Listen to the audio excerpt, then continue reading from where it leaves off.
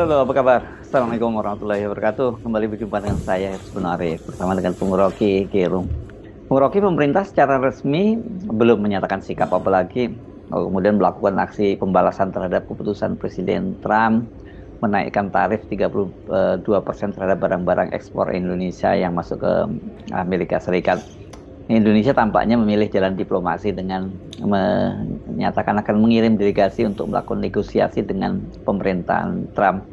Tapi yang cukup mengejutkan justru keterangan dari kantor komunikasi Presiden atau PCO. Ya, akhirnya terlihat semacam kegelisahan dari pemerintah Indonesia, pasti itu karena tidak mampu untuk memanfaatkan momentum yang seharusnya menjadi awal untuk merevisi atau memperbaiki target-target ekonomi Indonesia terkait dengan perang tarif yang dimulai oleh Donald Trump, yang di Amerika bahkan disebut sebagai Liberation Day, hari pembebasan. Seolah Donald Trump mau mengatakan bahwa saya sekarang tidak lagi diikat oleh semacam aturan-aturan yang memungkinkan produk Amerika itu harus bersaing. Jadi membawa kembali Amerika dalam kejayaan dianggap sebagai pembebasan, itu Liberation Day. Tapi kemudian banyak kritik muncul dalam perdebatan itu. Apakah betul Amerika itu mengalami Liberation Day atau justru sedang memicu api besar di dalam kehidupan global? Itu sebetulnya debat filosofinya ada di situ sekarang di Amerika itu, dengan menghitung segala macam konsekuensi dari pengenaan tarif yang betul-betul proteksionistis. Jadi kita ada di dalam debat tentang perang tarif ini memungkinkan ekonomi bertumbuh atau dalam dugaan yang lebih konservatif justru membuat ekonomi tidak bertumbuh dan inflasi yang bertumbuh, kira-kira begitu kan debatnya. Dan yang membingungkan adalah reaksi dari kantor kepresidenan bidang komunikasi, apa namanya, PCO itu, yang mengeluarkan rilis bahwa Indonesia sudah punya jalan keluar, yaitu hilirisasi. Ini betul-betul super dungu itu. Dia nggak ngerti, mereka nggak ngerti apa yang sedang terjadi di dunia.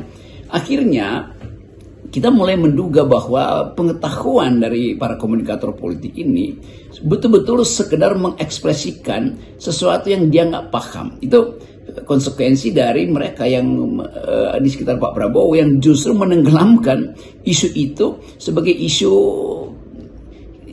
yang seolah-olah itu dengan hilirisasi segala macam selesai.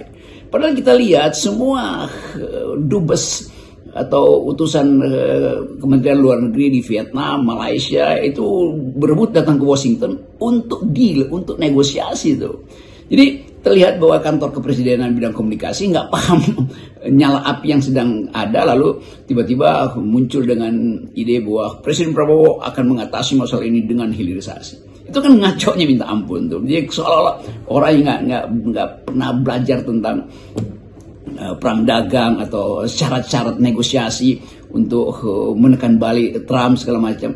Nah, ini yang memungkinkan atau menyebabkan Presiden Prabowo itu nggak punya metode untuk mengucapkan apa sebenarnya yang sedang dia pikirkan. Jadi sekali lagi, kalau PCO ini mengambil alih isu yang tidak dia pahami, justru menjebak Presiden Prabowo, karena sinyalnya di luar negeri, oh berarti Presiden Prabowo tidak paham dong keadaan. Untung sekali ada rilis lain yang dibuat oleh Kemenlu yang dengan stepping yang masuk akal mulai berbicara tentang pentingnya negosiasi itu. Jadi sekali lagi kita lihat bagaimana Indonesia itu dijebak di dalam macetnya kemampuan dari para komunikator istana untuk membaca problem real kita, yaitu ini perang dagang itu solusinya bukan hilirisasi gitu. Yang ini dia menyatakan bahwa Presiden Prabowo telah mengambil 3 langkah yang disebutnya sebagai gebrakan. Salah satunya adalah hilirisasi, selain memperluas jaringan mitra dagang dan dengan negara-negara lain, dan kemudian juga membuat program-program yang menyentuh kepentingan rakyat, antara lain seperti makan siang bergizi gratis. Ini aneh banget ya, apa hubungannya ini dengan perang tarif yang dilakukan oleh Trump ini? Jadi bayangkan misalnya investor asing itu yang berupaya memantau potensi Indonesia untuk jadi tempat memindahkan investasi misalnya, atau foreign direct investment yang harus dibujuk melalui janji pertumbuhan ekonomi 8%. Bingung yang mana sebetulnya yang pikiran Pak Prabowo, apakah yang versi Kemlo atau versi PCO, kan itu masalahnya kan. Jadi makin terlihat bahwa PCO ini presidential communication office apalah judulnya itu, kalau pakai bahasa Indonesia ya kantor komunikator presiden, tidak mampu mengkomunikasikan isi pikiran presiden. Jadi orang melihat bahwa artinya dari awal tidak ada koordinasi antara juru bicara presiden ini dengan presiden sendiri. Nah, itu memungkinkan kita menduga bahwa ini asbun semua isi dari PCO ini kan. Nah, kemungkinan itu makin lama makin terlihat, yaitu dulu kita sebut incapacity, komentar yang seharusnya itu mencerminkan pikiran presiden, karena itu namanya kantor komunikasi presiden, tetapi tidak mencerminkan pikiran presiden. Presiden memang ada pikiran tentang hilirisasi, tetapi bukan itu solusi untuk perang dagang, itu lain lagi kan. Jadi seolah-olah tidak ada riset dan bagaimana kemampuan untuk menghasilkan keyakinan pada masyarakat bahwa Presiden Prabowo itu punya ide atau ide intelektual, ide konseptual untuk melayani yang disebut Liberation Day atau sebetulnya perang tarif dari Donald Trump. Sementara para komunikator istana nggak paham sama sekali itu apa yang terjadi di dunia. Ini bukan sekedar macet komunikasi, tapi betul-betul ada sejenis kedunguan itu, semacam apa istilahnya itu ya, asal bunyi. Bukan pedagogi yang mereka edarkan, tapi demagogi itu. Nah, para demagog ini yang nantinya akan membuat kacau kebijakan Presiden Prabowo. Jadi sekali lagi kita menduga bahwa apa benar ini ucapan dari Presiden Prabowo bahwa solusi dari perang dagang itu adalah hilirisasi. Jadi sekali lagi kita lihat tidak ada semacam koordinasi isu di antara orang-orang dekat presiden tentang apa yang harus dilakukan. Walaupun Kemlo akhirnya membuat semacam official statement, tapi kan sebelumnya yang harusnya bicara itu dengan pakai otak adalah para komunikator istana, dan itu nggak terjadi tuh. Jadi keadaan ini menunjukkan betapa kita kehilangan momentum untuk memulai bagaimanapun perang dagang dimulai, maka mesti ada kecerdasan intelektual dan pengkondisian bahwa Indonesia itu mampu untuk duel argumen dengan mengutus perwakilan Indonesia misalnya untuk ke Washington dan membujuk atau nego dengan pemerintah Amerika. Itu yang tidak dipahami oleh para komunikator istana. Persoalannya ini kan Bung Rocky, bagaimanapun dengan statusnya PCO atau President Communication Office, Presidential Communication Office atau kantor komunikasi presiden, ini kan statement mereka akan dibaca terutama dari investor asing sebagai suara dari Presiden Prabowo. Nah, kalau suara Presiden Prabowo seperti yang dikatakan oleh juru bicara kantor komunikasi presiden, mereka kan pasti akan bingung-bingung, ini apaan sih sesungguhnya. Nah, masalah lanjutannya adalah siapa yang akan memimpin delegasi Indonesia ke Washington untuk debat atau nego dengan pemerintah Amerika itu. Karena itu pertama-tama adalah tugas dari dubes kita yang ada di Amerika. Ketidaktahuan mana yang mesti dipadamkan lebih dahulu. Ketidaktahuan dari para komunikator istana. Tiba-tiba datang dengan ide bahwa ya Presiden Prabowo percaya bahwa hilirisasi akan menyelamatkan ekonomi Indonesia untuk tumbuh 8%. Loh, ini keadaan dunia justru mengintip bahwa dunia akan mengalami pertumbuhan negatif atau menurun pertumbuhan di tingkat skala dunia. Demikian sebaliknya inflasi akan naik itu.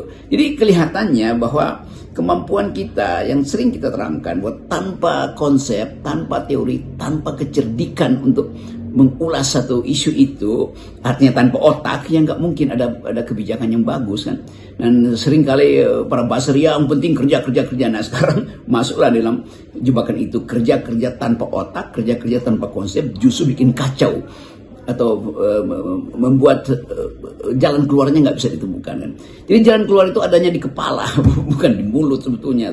Nah, mulut itu bicara tanpa kepala itu soal yang membuat orang melihat bahwa istana ini betul-betul pola komunikasinya itu sama sekali asbun itu.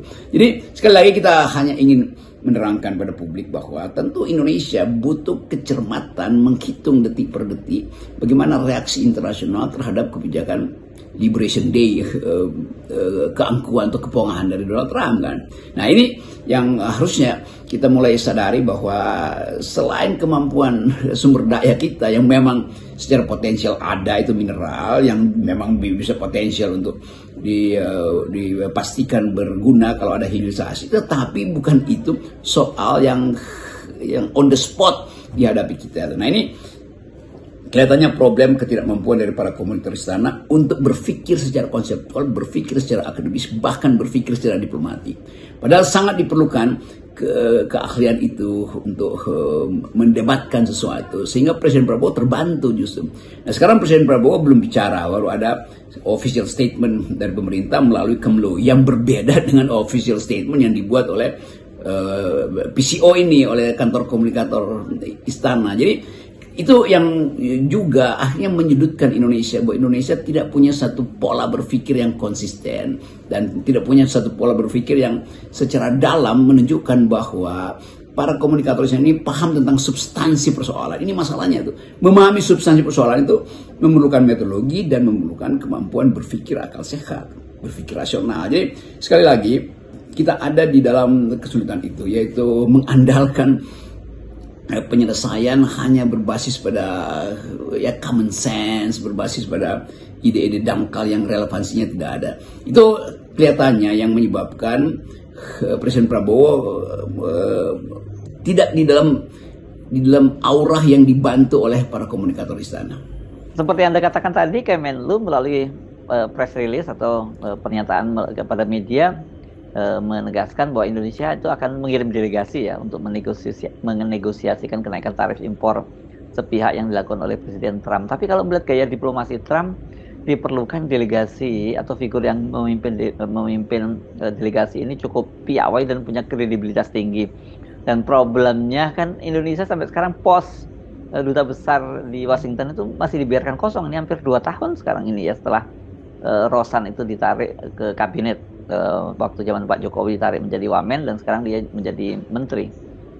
Tentu sebagai press release resmi pemerintah, keterangan Diaplu itu akan dipegang sebagai informasi awal tentang apa yang akan dilakukan oleh pemerintah Indonesia. Tetapi lebih dari itu harus ada konferensi pers yang dihadiri oleh petinggi-petinggi penanggung jawab ekonomi, Menko Perekonomian, Menko Hukam, Politik dan Polhukam, dan tentu yang paling ditunggu adalah keterangan khususnya eksklusif oleh Presiden Prabowo supaya ada tanya jawab, karena bukan sekedar wartawan yang ingin tahu apa isi dari kebijakan yang pengantarnya dibuatkan oleh Kemlu, tapi juga para pemodal dan pelaku ekonomi kan ingin tahu sebetulnya nanti desain ke depan, semester depan itu, karena sejak tanggal berapa 7 akan dimulai perang tarif itu, apa yang akan dilakukan supaya rolling plan dari bisnis ini betul-betul didasarkan pada kenyataan real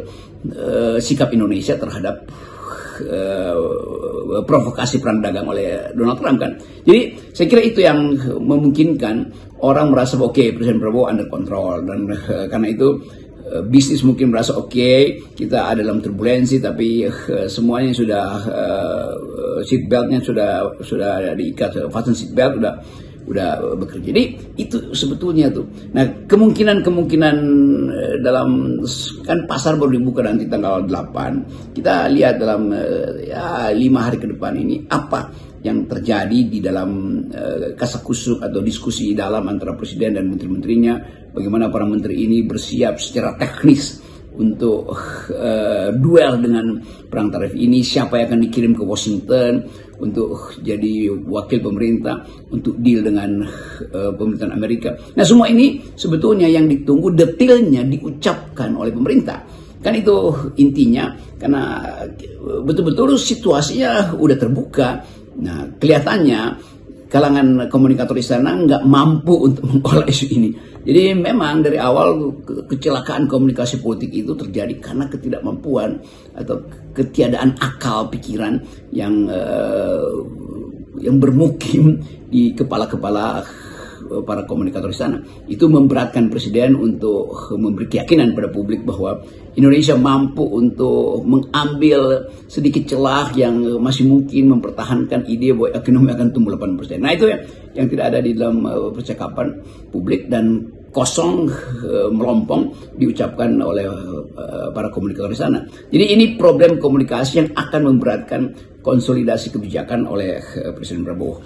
Jadi kendati sudah ada siaran pers dari Kemenlu, tetap saja publik terutama para pelaku pasar itu masih menunggu apa sikap resmi dari pemerintah Indonesia, terutama Presiden Prabowo. Situasi seperti saat ini kan ini tampaknya mau nggak mau akan memaksa Presiden Prabowo untuk mengkalkulasi ulang program populisnya, termasuk program makan siang gratis.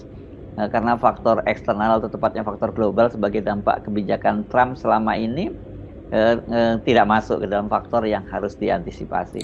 Saya bisa bayangkan bahwa akan ada periode halal bihalal atau masa saling berjumpa di antara kabinet atau menteri bikin halal bihalal. Tetapi isu yang ada di depan mata kita adalah soal tarif perang tarif, dan itu yang ya dengan mudah kita tahu Presiden Prabowo tertekan, lalu dia mulai mungkin mencari cara untuk memanfaatkan sisa-sisa energi dari negeri ini untuk mengatakan bahwa Indonesia sudah berkali-kali diterpa oleh problem, tapi kita bisa bertahan. Ya bisa diterangkan secara politis, tetapi teknikalitas dari upaya untuk deal dengan sebut aja the new normal ini, tanda petik, itu harus diterangkan secara detail.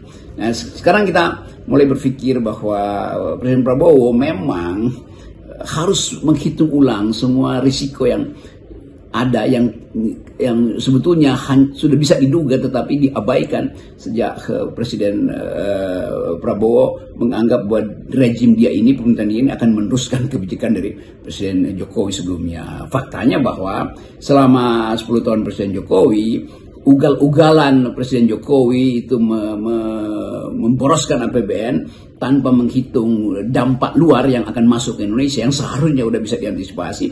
Itu yang menyebabkan Prabowo kehilangan momentum hari ini untuk memanfaatkan peluang, kan itu dasarnya kan. Jadi dalam kekosongan anggaran, di dalam keterlantaran proyek-proyek infrastruktur Jokowi, nah Prabowo masih memakai cara yang populis tuh.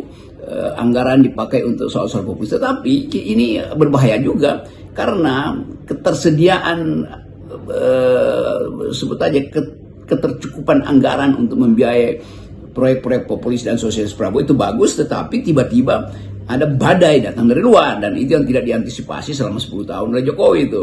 Jadi kita mesti lihat bahwa kalau Prabowo tetap menganggap bahwa dia ada kelanjutan dari rejim Jokowi, maka internasional akan menganggap berarti tidak ada persiapan dari awal tuh dan untuk menghadapi badai perang tarif ini. Nah, kita balik lagi pada inti dari isu itu. Indonesia harus punya semacam satgas untuk betul-betul mendeteksi dan melihat kemampuan diplomasi kita di Washington, dan itu artinya ada koordinasi dalam isu. Pertama-tama soal isu, jangan sampai publik internasional membaca bahwa kok isu Indonesia berseliweran, nggak jelas tuh apa yang akan didealkan atau apa ya proposal apa yang akan dibawa oleh delegasi Indonesia untuk berunding di Washington. Nah, ini sekali lagi memerlukan kekuatan pikiran, dan hanya dengan kekuatan pikiran bisa kita baca konsistensi dan keutuhan dari